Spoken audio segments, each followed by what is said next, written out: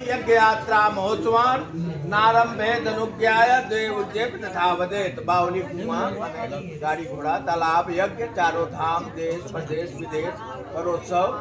अब संगरी होगी मेरी भी अनुमति दिया जाए नीचे आ जाए कोई कार्यक्रम है ना। ये दूसरा वाक्य है। तीसरा है बतोद्यापाद दानानि स्त्रीणां भाव सौभिधा किप्त भंगोत के कर स्त्रीणां रायस तथा बदे व्रत उद्यापन पूजा पाठ ये लोगों के नैसर्गिक लक्षण है। हम लोग से ज्यादा ही करते हैं ना। करें व्रत उद्यापन पूजा पाठ वही में आप उसमें हस्तक्षेप नहीं करेंगे सहयोग करेंगे। ये इनका तीसरा वाक्य है। ये ज्यादा हम लोग पूजा पाठ व्रत उपवास करते हैं। चौथा वाक्य स्वकर्मणा जितम वित्तम पशुधान्य धनागमम सर्वनिवेदन तत्वादि तथा बदेत। आप अपने पुरुषार्थ से ये कर रहे हैं। आप अपने पुरुषार्थ से जो भी मेरा पैसा गाड़ी घोड़ा वो भी जो भी ले आए अनाज वह मेरे हाथों पर रख दिया करें। ये मेरा चौथा वाक्य है। अपने पुरुषार्थ से ये चौथा वाक्य है। पांचवा है गजास्वादी पशूनाम चहेयोपादेय कारणम अनापृच्छन कर्तव्यम पंचम पशुन संबदेत। हाथी घोड़ा पहले वाली बात है। गाड़ी घोड़ा पशुओं की बिक्री जमीन की बिक्री खरीद बिक्री जो भी करें मुझसे भी आप पूछा जाए। हो गई तो मुझसे भी अनुमति लिया जाए। मुझसे भी मुझको भी मालूम हो जाए कहाँ खरीद हो रही कहाँ बिक्री हो रही गाड़ी घोड़ा जमीन जायदाद जो भी। ये इन्होंने पांचवा वाक्य में कहा। छठवां वाक्य सुनिए भूषणानि विचित्राणि रत्न धातु मयानि च दंतान प्रहार खड्ग त्वाव संबदेत। इस मंडप में जो इसको सोने चांदी हीरे जवाहर जो भी आभूषण ले आए हैं वस्त्र ले आए हैं मंडप में जो ले आकर इसको दिए ये करेंगे तो फिर वापस जाकर मुझसे मांग मत लीजिए। समझ में आया। ये जो मंडप में सबके सामने मस्त विशेष है वस्वान रखनी है दोनों पक्ष के आचार हैं दोनों पक्ष के सजा सफाई करनी है तो ले आकर मंडप में सोने चांदी हीरे ग्रह आभूषण वस्त्र श्रृंगार वस्त्र जो भी ले आकर दिए हैं ये करे मुझे फिर वापस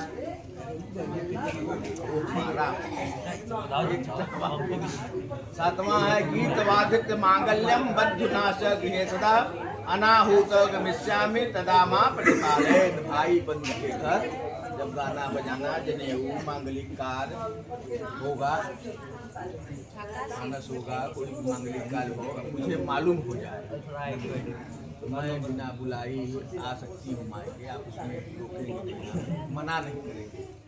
इसका सातवां वाक्य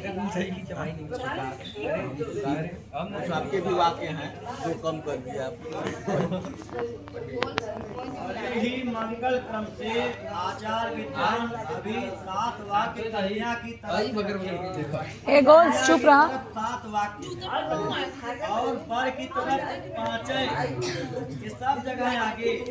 हाँ पढ़ाई में आगे शिक्षा में आगे व्यवस्था में आगे सेवा करने में आगे लड़ाई में भी पीछे नहीं पर्वतों की चोटियों तक चढ़ रही है। कोर्ट में इनका जो है महादुपौर पड़ रहा है ये साधारण नहीं है। अभी जो है कन्या के पिता ने कहा इमाम लक्ष्मी रूपाम कन्या में विष्णु बराय पात्राय तुभ्यम अहम संप्रति। ध्यान देना विवाह एक साधारण समझौता सामाजिक नहीं है। अपितु दशरथ ने शांता का जो विवाह किया अपनी पुत्री का वो स्वेच्छा से उन्होंने जो दिया वो दिया जाता। और जनक जी ने जानकी का विवाह श्री रामचंद्र जी के साथ किया। अभिप्राय है कि कन्या आप साधारण मत समझिए या राष्ट्रपति से लेकर के प्रधानमंत्री से लेकर आईएएस पदों को जो स्थापित करने वाली ये साधारण नहीं है। आप तो शिक्षिका हैं तमाम प्रकार से व्यवस्थित। आइए देखा जाए यह जो 5 वाक्य कन्या जो वर कहता है कि देवी आप सब में हमसे 2 हाथ आगे हैं हम 5 कहेंगे। मेरे 5 वाक्य का आपको केवल पालन करना है। अभी आपने देखा कन्या को हमने कहा साधारण नहीं है। जिस तरह से आपने देखा लाजाहुति अभी डाली गई। लाजाहुति देख रहे हैं ना लावा किसका बना है धान का। अगर धान को और कुटाई करके उसका जो चावल बन जाता तो प्रेशर कुकर में पक के वहीं सीमा समाप्त होती। किंतु जो धान है ये अभिप्राय हमको देता है कि कन्या एक घर में जो है पलती है, बढ़ती है पिता के घर में, और पति के घर में जाती है, वहाँ जो है पुत्र पौत्राद से युक्त होकर के अपने सुखी जीवन का यापन करती है। और ये धान का ही लावा क्यों चढ़ा गया? धान आप देखेंगे कि साथ में भूसी के साथ जुड़ा हुआ है। अतः ये हमको शिक्षा देता है, कहती है कन्या, हे स्वामी, जिस तरह से ये जो है भूसी का साथ नहीं छोड़ा और अपनी उज्ज्वलता बढ़ाता चला गया, विपत्ति रूपी कड़ाई में भी अगर हमको कोई विपत्ति आए तो हम अपने चरित्र, मन, बुद्धि, चित्त को और उज्जवल करते जाएंगे और जो है संसार में अपनी कीर्ति फैलाएंगे। ऐसा भाव लेकर के यह लावा का महात्मा है। और कहते हैं कि अभी विवाह में कितने लोग हैं साक्षी। अभी आप देखेंगे विष्णु वैश्वानर साक्षी, ये ब्राह्मण का ही विवाह है और ब्राह्मण के द्वारा ब्रह्म विवाह है। तो इसमें कितने कितने साक्षी हैं? विष्णु, अब कहा विष्णु भगवान कहाँ है? साक्षात विष्णु है। और साक्षात कलशस्या मुखे विष्णु कंठे रुद्र समास्थित मूले तुम स्थितो ब्रह्मा मध्ये मातृगणा स्मृता। तो कहते हैं कि कलश के मुख में ही विष्णु है, कई बार नहीं है। और ये मंडप जो है इसमें बांस लगा है। बांस क्या देता है? शिक्षा। बांस ये शिक्षा देता है, मानो हम चाहे जितनी ऊंचाई पे पहुंच जाए, बांस लास्ट में जाने के बाद झुक जाता है। तो अर्थात हम चाहे जितने समृद्धि कर ले, लेकिन अपनी विनम्रता को न खोएंगे। दंड हो करके हम उदंड न बने रहे और जो उचित बने रहे। एक बार राम जी ने धनुष जब तोड़ा तो किसी ने पूछा कि धनुष जो है ये दंड कैसे टूट गया, और डोरी से पूछा कि तू कैसे नहीं टूटी।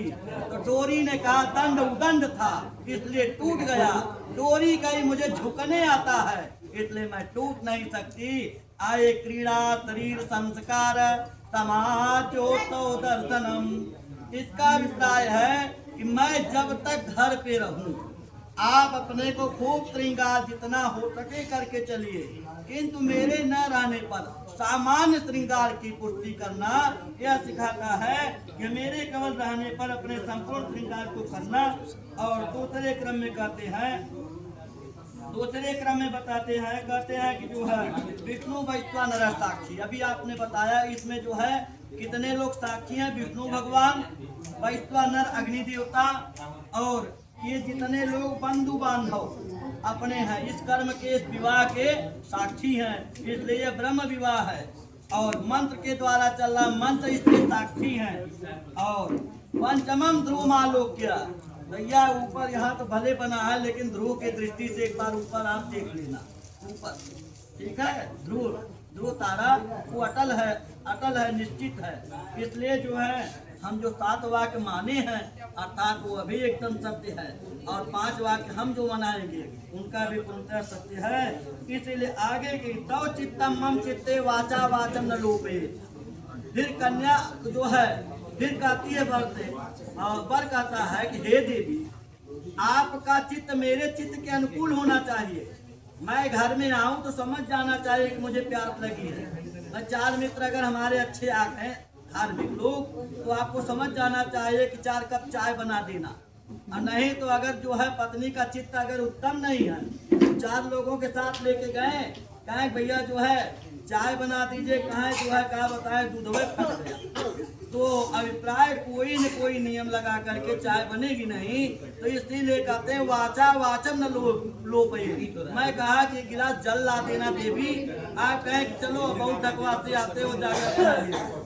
यह कहते हैं कि ऐसा नहीं होना चाहिए, मेरे चित्त के अनुकूल आपका चित्त हो, तव चित्तम मम चित्तम, आपका चित्त मेरे चित्त के अनुसार हो, मेरे वाक्य का उल्लंघन न होने पाए।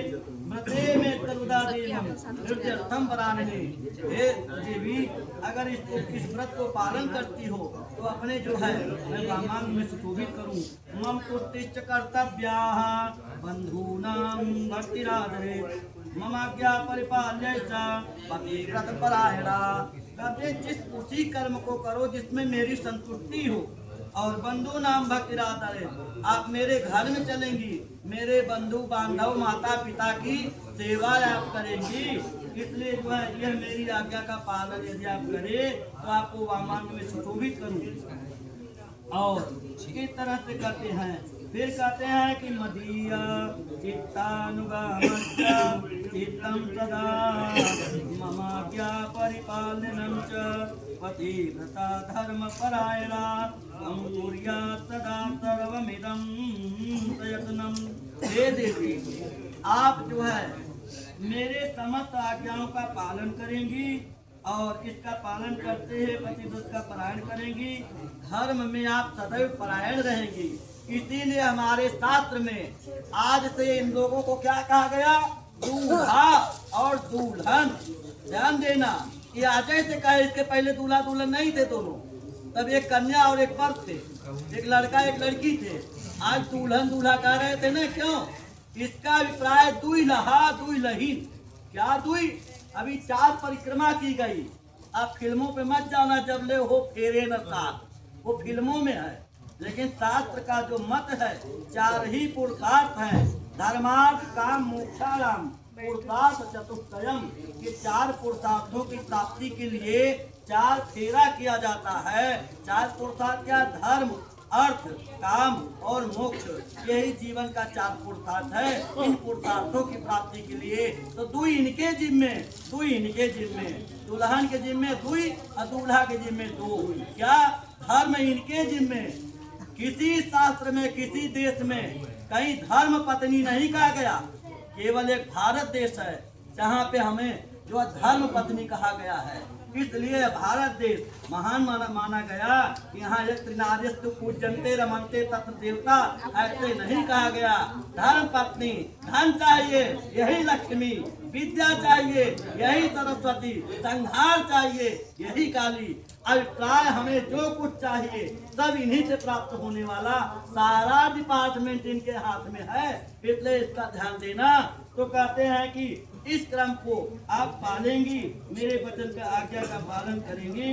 मदीय, मेरे चित्त के अनुसार अपने चित्त को रखते हुए मेरी आज्ञा का पालन करें। हे पतिव्रत परायणा, यह धर्म पत्नी के नाम से आप हमारे यहाँ जानी जाएंगी, हमारी पत्नी बनेंगी। तो पहले धर्म जुड़ा है, धर्म आप करेंगी। अनुष्ठान, नियम, व्रत, परायण इत्यादि जो करना सब आप करेंगी। पत्नी कहते किसको है? पतनात् त्रायते, यह सब पत्नी कथते। जो पति को पतन से बचा ले, पति के जीवन में चारित्रिक पतन न आने दे, समग्र उपलब्धियों को समुपलब्ध करा के अध्यात्म के पथ पर लगा दे, वह पत्नी नारी समेत गवन बन किन्हा। भगवान राम की पत्नी अर्थात सीता मैया वन में जाना हो तो भी साथ में कहीं प्राय है, हर कदम से कदम मिला के चलना है, चाहे वो सुख हो चाहे दुख हो। इस क्रम में ऐसी आज्ञा का आप पालन करें तो मैं करूं। एक मैंने तो है कविता बनाया, उसको थोड़ा 1 मिनट में आप लोग सुनिएगा। यह विवाह भगवान की कृपा से हुआ, जिसका मैं उसका साक्षी हूँ और इसके पूजन के क्रम में मैं बता रहा हूँ। गौरी गणेश की अनुकंपा से, गौरी गणेश की अनुकंपा से मंगल की घड़ी आ रही है, मंगल की घड़ी आ रही है। और अंकित प्रिया का पारिग्रहण हो, परस्पर मिलके मनाए रही है, परस्पर मिलके मनाए रही है। शुभ अवसर देख कहे शिव पंडित, शुभ अवसर देख कहे शिव पंडित, अंकित के गृह जाए रही है। मंगल गीत सुहागनिया सब आए यहाँ पर गाए रही है, मंगल गीत सुहागनिया सब आए यहाँ पर गाए रही है। प्रिया अंकित का पारिग्रहण हो, परस्पर मिलके मनाए रही है। 3 दिन पहले से मैं पूजन करवा रहा तो हल्दी मठ मंगराया भगवान से, लड्डू बतासा बटवाए रही है। तो भगवान के मगन मन आप इनके गृह जाए रही है। अंकित की भाग्य कहे शिव पंडित, मंडप बीच आशीष पाए रही है, मंडप बीच आशीष पाए रही है। बोले लक्ष्मी नारायण